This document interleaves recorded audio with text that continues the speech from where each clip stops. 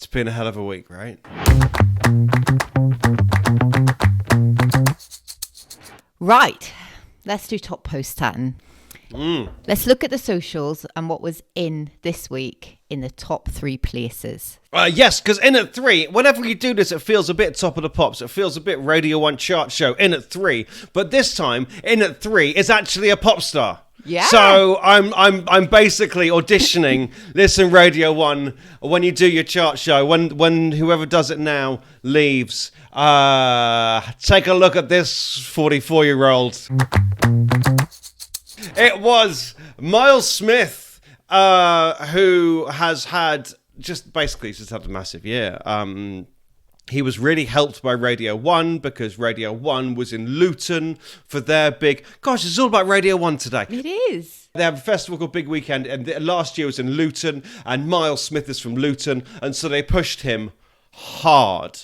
And it turns out that when Radio 1 push you hard, other places, they're so massive, other places pick up on it. And, you know, he's decent. If you like Mumford & Sons and you like new singers who sound exactly like Mumford & Sons, you're going to love Myles Smith. He doesn't sound right? like Mumford & Sons.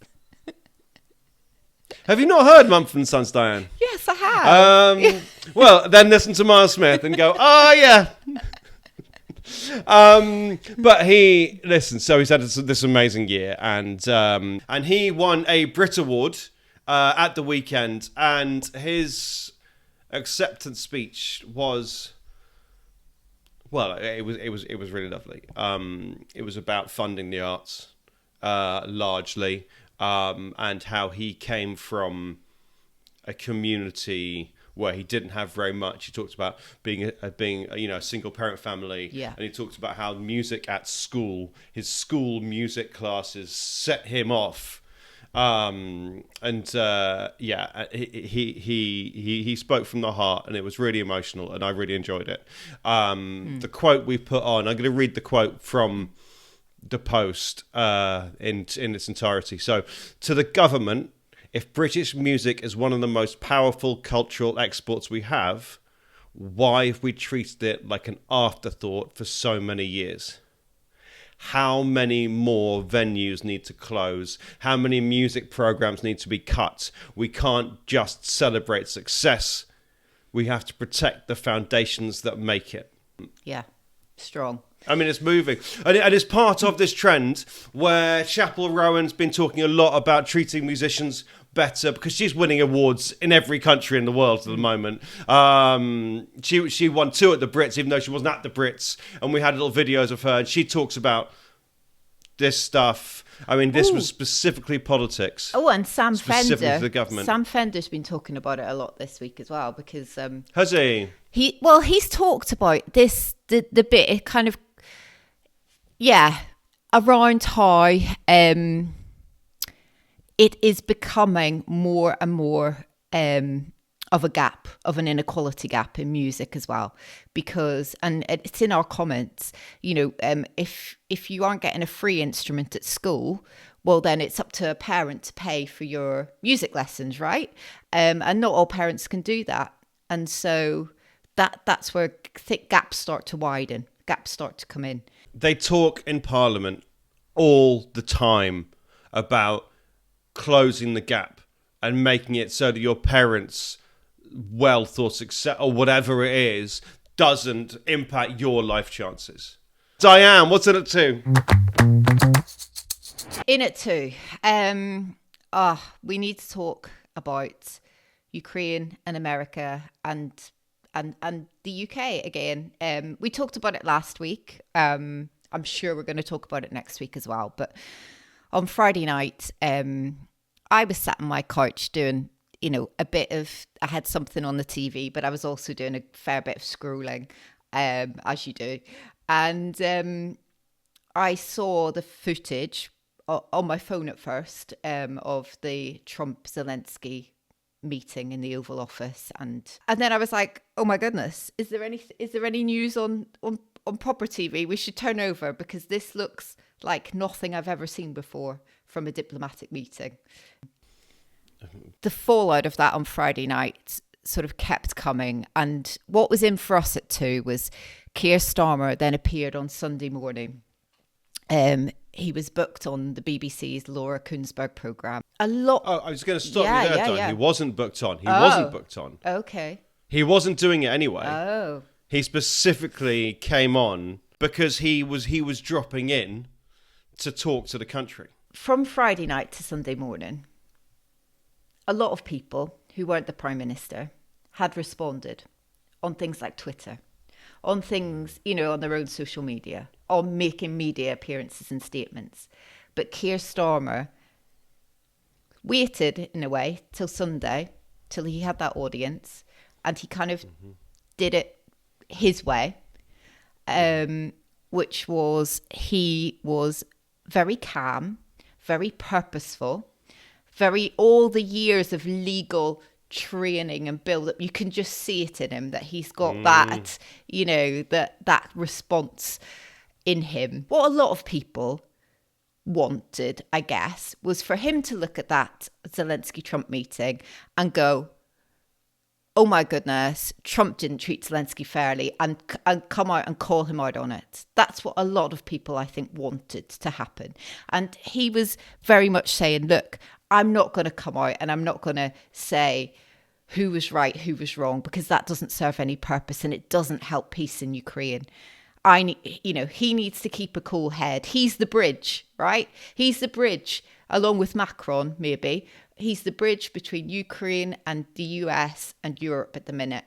And he's doing, by all accounts, quite a decent job at phoning people into the night and keeping conversations flowing. And he's not going to come out and wreck that. He's not going to call Trump names. He's not going to. But in his own subtle way, he keeps a calm head, he said. I'm keeping all the channels of communication open. But he, on the steps of Downing Street at the weekend after it happened, gave Zelensky a hug there with, all the European leaders. So he has his own way. He has his own way about it. And I think for some people it's frustrating because they see things and they want the big response and they want, the English Prime Minister standing up to the US Prime Minister in Love Actually situation, which we've talked about before. That you've still not seen, Tatton. No, I haven't. No, and I don't think I ever will. No. I don't think now's the time to get onto it. But that was what was number 2. And what is surprising for us is our page has lots of different opinions on it. People are very keen to be critical of the government, and rightly so on some occasions. When we put up things about policy. But on how Keir Starmer conducted himself, keeping himself calm and considered, there was quite a lot of broad agreement for that's probably how we needed to be. He has smashed it, hasn't he? I mean, he's just really, really played that Sunday morning interview was perfectly pitched. It was calm, it was reassuring, it was purposeful. And the Conservatives, Kemi Badenoch at PMQs was very supportive on Wednesday. Yeah. And then she tried to have a little attack in the very last question because she needed to have a little attack. And she didn't really have anything at all, not on this. Listen, benefit cuts are coming. The employment rights bill is coming. There's stuff on sentencing. The Labour are not out of the woods. This government is not out of the woods. But on Ukraine, on diplomacy, there is massive support for what he's doing. And you're right, Diane. It's that legal training. It's that serious man. It's that stuff. He appears to be the perfect guy for us at this point. Right. What was number 1? I love SP readers because everywhere else in the world, Zelensky was number one. But for us, it was GP appointments because people need to know how they're going to get to the GP. And it's an absolute... Right, I've got a little thing that I need to go and see a doctor about. I need to go and see the doctor. And I don't really want to, but I need to. If I want to get a doctor's appointment, I have to call at 8 a.m. Now, that's the exact time I'm dropping Felix off at school. So I can't do it. And because I'm a bit scared to go, it's never going to happen. And I cannot book that appointment at another time. Do you have the online thing? I can't book online. I can book online for because I'm on lithium for my head, I can book online for my blood test. Okay. But if I want to start nurses, that kind of thing.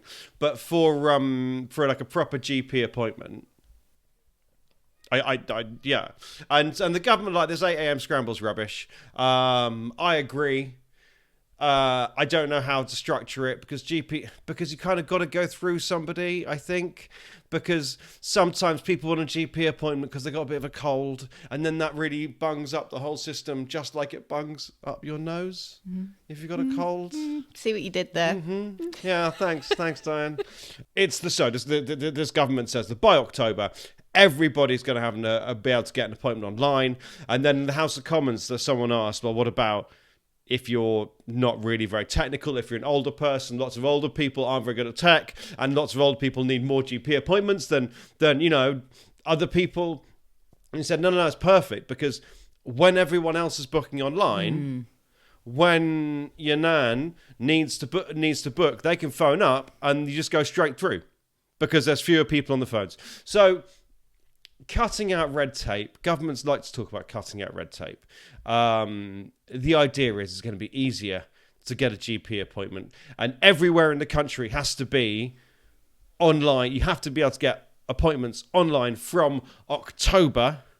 And given the way things are, I probably won't have been to see the doctor about the thing I need to go see the doctor about till October. So I look forward to booking my appointment online then.